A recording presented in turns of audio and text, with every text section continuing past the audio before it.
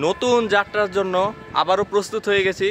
আমার সামনে একটা ট্রেন দেখতে পাচ্ছেন, এটি হচ্ছে আবার পরিবর্তন করা র্যাক মধুমতি এক্সপ্রেস।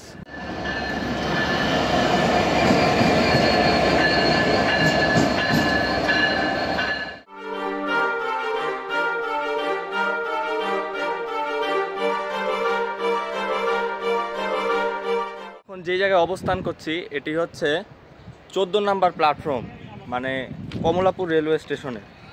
আপনারা জানেন যে কয়দিন আগে এই ট্রেনটারও কিন্তু র্যাক পরিবর্তন করা হয়েছে, এলএইচবি র্যাক দেওয়া হয়েছে। আগে ছিল 2016 সালে আমদানি করা পিটি ইনকা কোচ, সেগুলা কিন্তু আগে মানে মধুমতি এক্সপ্রেস ট্রেনে সংযোগ করা ছিল, আর এখন এলএইচবি র্যাক কিন্তু দেওয়া হয়েছে। মধুমতি এক্সপ্রেস ট্রেনের আমেরিকান লোকোমোটিভ 66 সিরিজের এখন এটাই আবার সংযোগ করা হবে। এতক্ষণ ধরে এটি কিন্তু রাজশাহী থেকে ঢাকা পর্যন্ত নিয়ে গিয়েছিল, আর এখন আবার ঢাকা থেকে রাজশাহী 6635।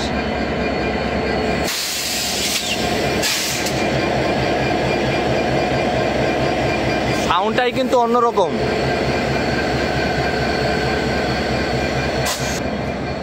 এখনই কিন্তু সংযোগ করা হবে। আপনারা দেখতে পারবেন একটি ট্রেন কিভাবে ইঞ্জিনের সাথে তার কোচগুলো সংযোগ করে, যাকে বলে রেলের ভাষায় কাপলিং অথবা শান্টিং। যে লোকো শান্টিং করা হচ্ছে।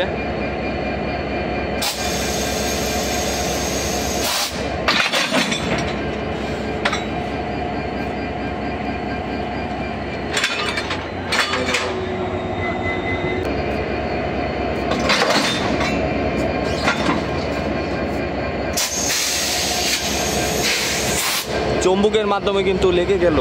মূলত এই পিটি ইনকা কোচ যেটা ছিল সেটাও কিন্তু লাল সবুজই ছিল, সেটা পরিবর্তন করে এখন যে এলএইচবি কোচটা দিল, এটা দেওয়ার কিছু কারণ আছে। কারণটা হলো আমি যখন আগেরবার মধুমতিতে গিয়েছিলাম তখন ট্রেনটা কিন্তু ছাড়ার আগে কিন্তু চাকা ড্যামেজ হয়ে গেছিল। এখন চলেন আমরা একটু মধুমতি এক্সপ্রেস ট্রেনের এলএইচবি কোচগুলো দেখে আসি। প্রথমে এসি স্লিপার দিয়ে শুরু করি। এটা হচ্ছে এলএইচবি কোচের এসি স্লিপার। এই যে দরজা দিয়ে আপনারা এই করিডোরে যেতে পারবেন, আর এখানে রয়েছে একটা ওয়াশরুম। এটি কিন্তু বায়ো টয়লেট এলএইচবি কোচের, দুই পাশে দুইটা।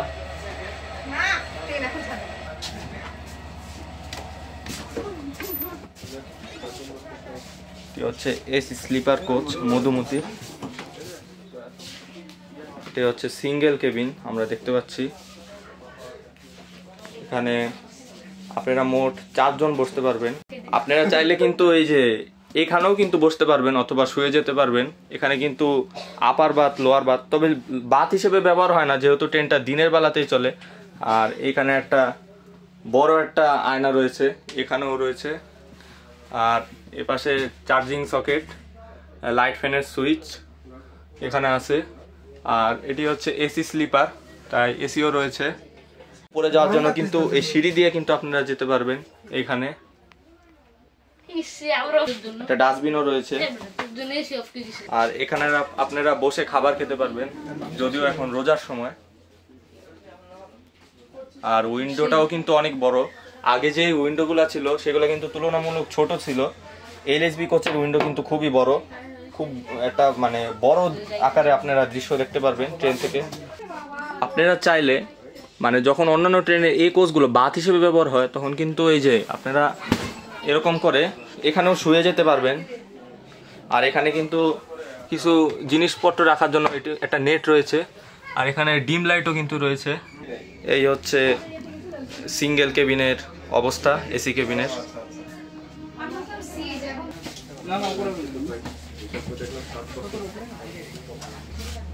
ডাবল কেবিনে লোক থাকার কারণে কিন্তু দেখাতে পারলাম না। এখানেও রয়েছে দুটি করে ওয়াশরুম দুই পাশে, আর প্রত্যেক করিডোরে কিন্তু এরকম ডাস্টবিন রয়েছে। এখন আমরা চলে যাব সরাসরি এসি চেয়ারে। এটি হচ্ছে মধুমতি এসি চেয়ার 2:3, অর্থাৎ এক পাশে 3 জন, অপর পাশে 2 জন, ব্রড গেজ যেহেতু।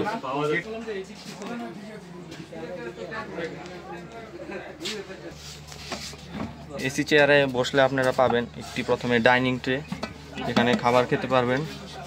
আর এখানে কিছু জিনিসপত্র রাখার জন্য জায়গাও রয়েছে, একটি পানির বোতল রাখার জন্য জায়গা আছে। আর এই যে লেগ স্পেস রয়েছে, এখানে যথেষ্ট আছে। আর উপরে হচ্ছে লাইট ফ্যানের সুইচ, শুধু লাইটের। এসি চেয়ারে কিন্তু কোনো ফ্যান নেই। স্টাফদের বসার জন্য কিন্তু একটি চেয়ারের মতো একটা জায়গা রয়েছে, এখানে স্টাফরা বসে থাকে।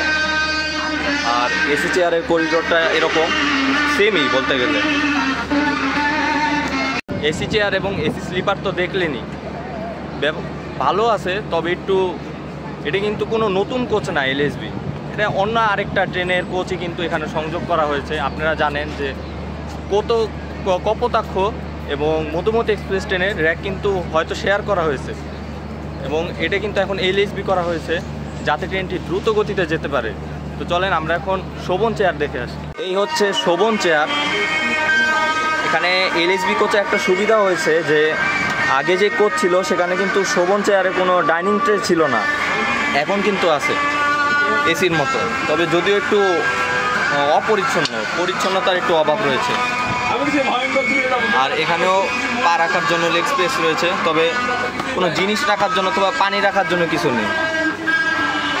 আর বাকি যা থাকে সবই আছে। এসি চেয়ারে ফ্যান না থাকলেও এখানে কিন্তু ফ্যান রয়েছে, কারণ এটি হচ্ছে শোভন চেয়ার। এটি হচ্ছে আমেরিকান ইঞ্জিন 6600 সিরিজের। আমি কিন্তু আগেও ইঞ্জিন সম্পর্কে অনেক কিছু বলেছিলাম, তাও ছোট একটা ডিটেলস দেই।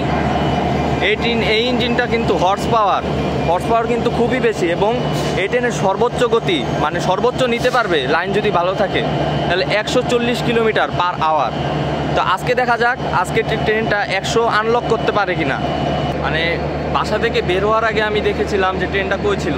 ট্রেনটা মানে রাজবাড়ি পর্যন্ত একেবারে রাইট টাইমেই চলতেছিল, মানে ঢাকা আসার কথা ছিল।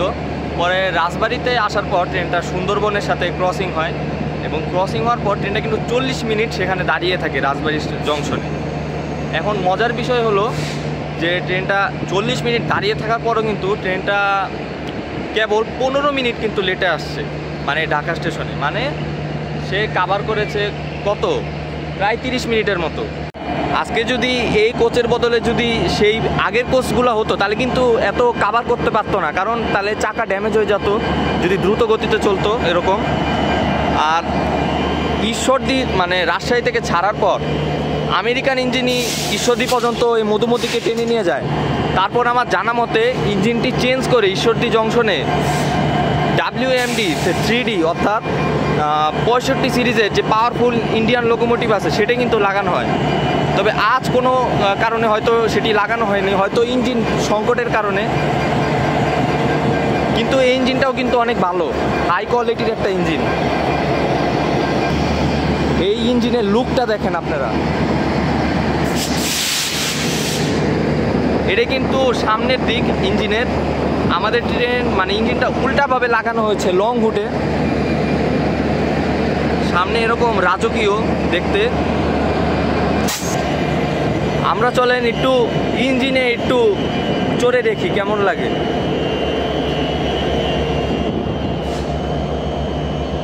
এটা হচ্ছে ইঞ্জিনের সামনে। ইঞ্জিনের সামনে আপনারা যদি ভ্রমণ করেন তাহলে এমন দৃশ্য দেখতে পাবেন। আর একটু যদি ওই পাশে যাই তাহলে এমন দেখাবে। এটা কিন্তু খুবই গরম ইঞ্জিনটা, আগুনের মতো। ইঞ্জিনটা কিন্তু খুবই বড় একটা ইঞ্জিন, মানে অনেক লম্বা কিন্তু কোচের তুলনায়। পুরা লুকটা হচ্ছে ইঞ্জিনের এরকম। আর পিছিয়ে রয়েছে এলএসবি কোচ। এলএসবি কোচে সবসময় দুই পাশে দুইটা পাওয়ার কাট থাকে। অন্যান্য ট্রেনের আপনারা খেয়াল করবেন সেটি কিন্তু মাঝখানে থাকে, কিন্তু এলএসবি কোচে দুই পাশে দুইটা। আর প্রত্যেক কোচের করিডোরেই কিন্তু আপনারা মানে ক্যান্টিনের মতো একটা জায়গা পাবেন, সেখান থেকে খাবার কিনতে পারবেন এলএসবি কোচে। তাই আলাদা কোনো ক্যান্টিন নেই এবং এলএসবি কোচে কিন্তু কোনো নামাজ ঘরও নেই। তবে একটা খালি জায়গা আছে, সেখানে আপনারা পড়তে পারেন, সেটা হচ্ছে পাওয়ার কারের সাথে। আমি কিন্তু বেশি বড় ভ্রমণ করব না, শিবচরেই কিন্তু নেমে যাব। ট্রেনটা কিন্তু শিবচর 4টা বিরতি দেয় এবং আজকে মূলত গতি দেখব, গতি কত নিতে পারে ট্রেনটা।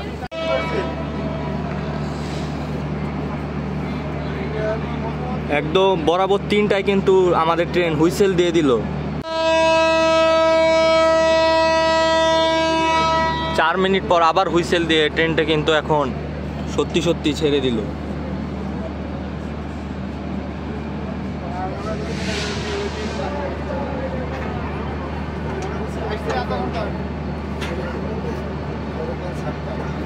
ঢাকা থেকে বিলম্ব 4 মিনিট।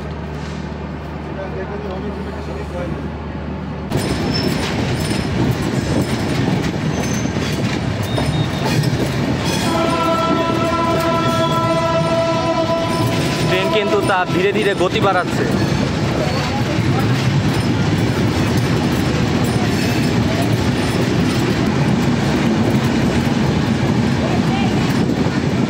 বিশাল একটা কার্ভ দেখতে পাচ্ছি কিন্তু আমরা এখন।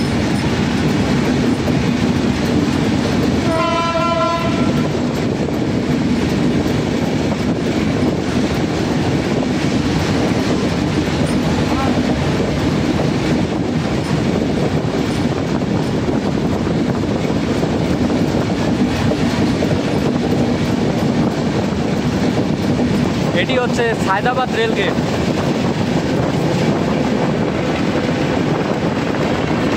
চলে আসলাম গেন্ডারিয়া।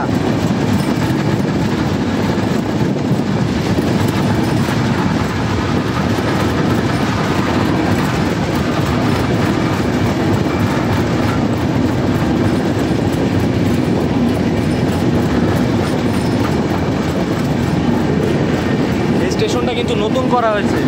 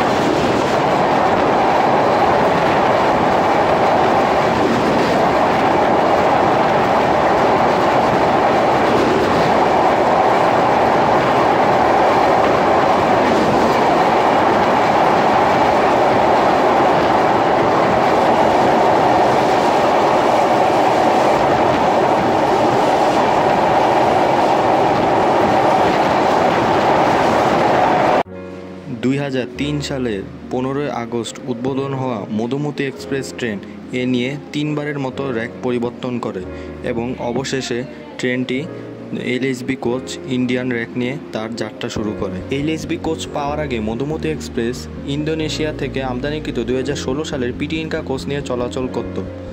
ড্যামেজ বলে কোচের একটি কথা রয়েছে, এবং সেই জিনিসটাই এই মধুমতি এক্সপ্রেস ট্রেনে লক্ষ্য করা যেত। অর্থাৎ ট্রেনটি যেহেতু পদ্মা সেতুর লাইন খুবই উন্নত মানের এবং অনেক বেশি গতি নেওয়া যায়, তাই সেরকম গতি নিলে সেই পিটিনকা র্যাকগুলো ক্ষতিগ্রস্ত হয়, অর্থাৎ ড্যামেজ হয়। এই ড্যামেজটি রোধ করতে অর্থাৎ এই মধুমতি এক্সপ্রেস ট্রেনের 100 কিলোমিটার বেগ আনলক করার জন্য এই এলএসবি কোচ এই মধুমতি এক্সপ্রেস ট্রেনকে উপহার দেওয়া হয়। আর আজকের আমার এই ভ্রমণের মাধ্যমেই দেখা যাবে মধুমতি আসলে কি 100 কিলোমিটার আনলক করতে পারে কিনা। মধুমতি এক্সপ্রেস ট্রেনের কোড রং হচ্ছে 755/756। এই ট্রেনটি ঢাকা থেকে একেবারে রাজশাহী পর্যন্ত বর্ধিত করা হলেও ট্রেনটি ঢাকা থেকে রাজশাহী রুটে চলাচলের জন্য সবচেয়ে জনপ্রিয় নয়। মূলত রাজশাহী থেকে কুষ্টিয়া, ফরিদপুর, আবার ঢাকা থেকে কুষ্টিয়া, ফরিদপুর এভাবে যাওয়ার জন্য যাত্রীরা বেশি উঠে এই মধুমতি এক্সপ্রেসে। এতে করে মধুমতি এক্সপ্রেস ট্রেন হয়ে উঠেছে বাংলাদেশের একটি জনপ্রিয় এবং গুরুত্বপূর্ণ ট্রেন। একসময় দক্ষিণবঙ্গের মানুষের কাছে পদ্মা নদীর উপর একটি ব্রিজ বানানো ছিল কল্পনা মাত্র।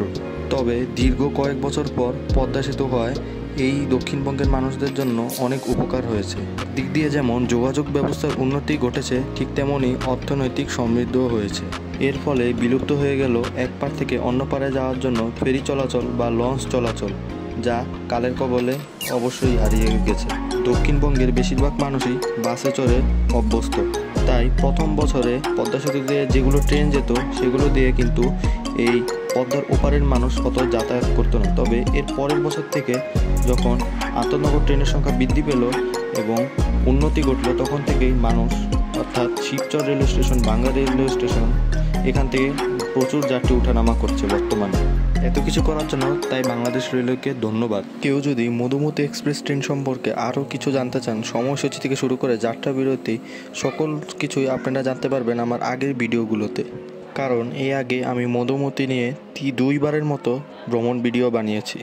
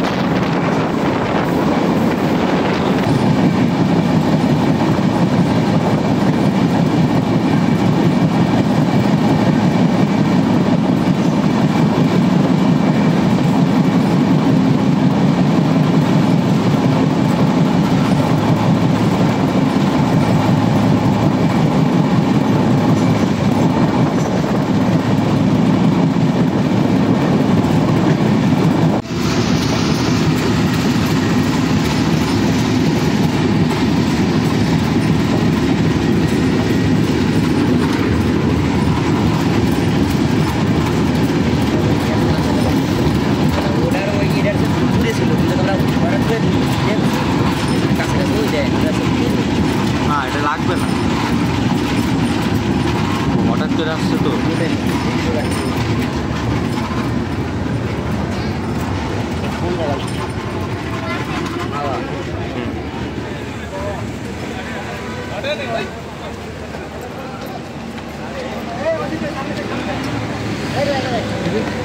আমরা চলে আসলাম মাওয়া স্টেশনে, এবং মাওয়া স্টেশনে কিন্তু একদম মানে রাইট টাইমে কিন্তু ট্রেনটা এসেছে, 40 মিনিট পর 40 মিনিটের একটু আগে। তো হয়তো 2 মিনিট যাত্রা দিয়ে আবার ছেড়ে দেবে। আর মাওয়া স্টেশন ছাড়ার পরে কিন্তু আমরা পদ্মা যে ব্রিজ সেটা দেখতে পারবো। ট্রেন কিন্তু আবারও ছেড়ে দিল মাওয়া থেকে, এবং পরবর্তী যাত্রা বিরতি হচ্ছে পদ্মা। আমরা এখন পর্যন্ত সর্বোচ্চ গতি পেয়েছি 106 কিলোমিটার পার আওয়ার। আমরা এখন উড়াল পথে।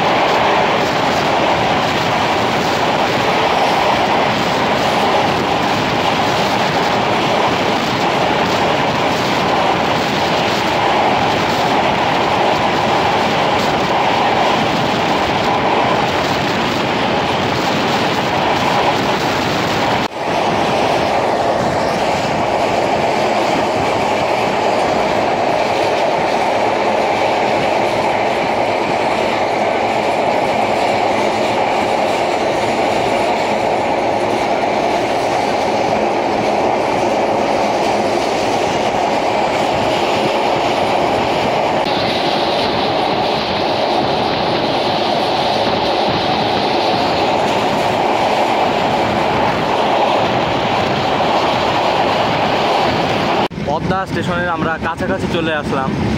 এই সামনে আর একটু দূরেই পদ্মা রেলওয়ে স্টেশন, এবং এরপরই হচ্ছে আমাদের যে স্টপেজ শিবচর, সেটাই আমার ফাইনাল ডেস্টিনেশন। যে তুলনায় ভিড় ভেবেছিলাম, সেই তুলনায় কিন্তু ভিড় নেই ট্রেনে, তো তাই কিন্তু মানে কমফোর্টেবলি ভিডিওটা করতে পারছি। একটা আন্ডারপাস, আর এই যে হচ্ছে পদ্মা রেলওয়ে স্টেশন, যেটি শরীয়তপুর জেলার মধ্যে পড়ে।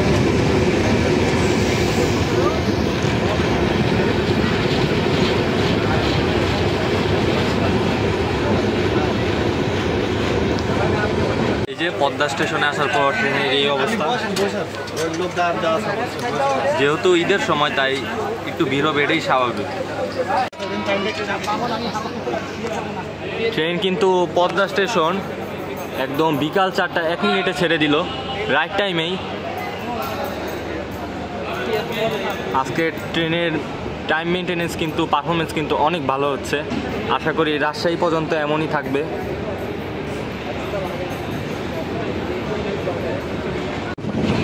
পদ্মা স্টেশন বিদায় দিয়ে আমরা ছুটে যাচ্ছি রাজশাহীর দিকে, কিন্তু রাজশাহী পর্যন্ত যাব না, শিবচরে নেমে যাব।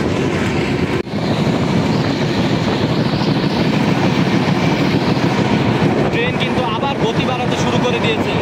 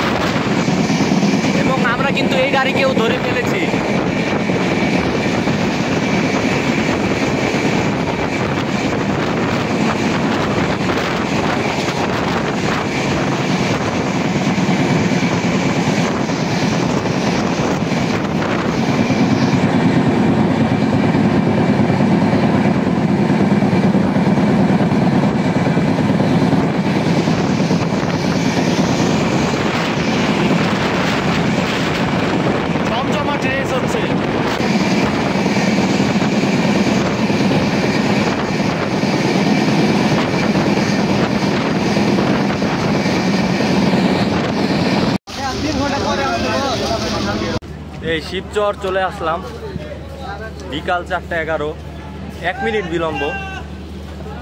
একদম আজকে কিন্তু একদম মানে তার পারফরমেন্স কিন্তু অনেক ভালো, কারণ ব্রেক চেঞ্জ হয়েছে আর চাকা ড্যামেজ হয় না এবং দ্রুত গতিতে যেতে পারে 100 কিলোমিটার বেগে। তো আমরা আজকে একদম কড়া পারফরমেন্স নিয়ে কিন্তু এই শিবচর স্টেশনে আসলাম।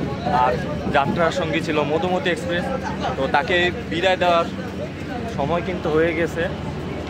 আজকের পারফরমেন্স এক্সিলেন্ট ছিল, তাই ধন্যবাদ বাংলাদেশ রেলওয়ে এবং মধুমতি এক্সপ্রেসকে।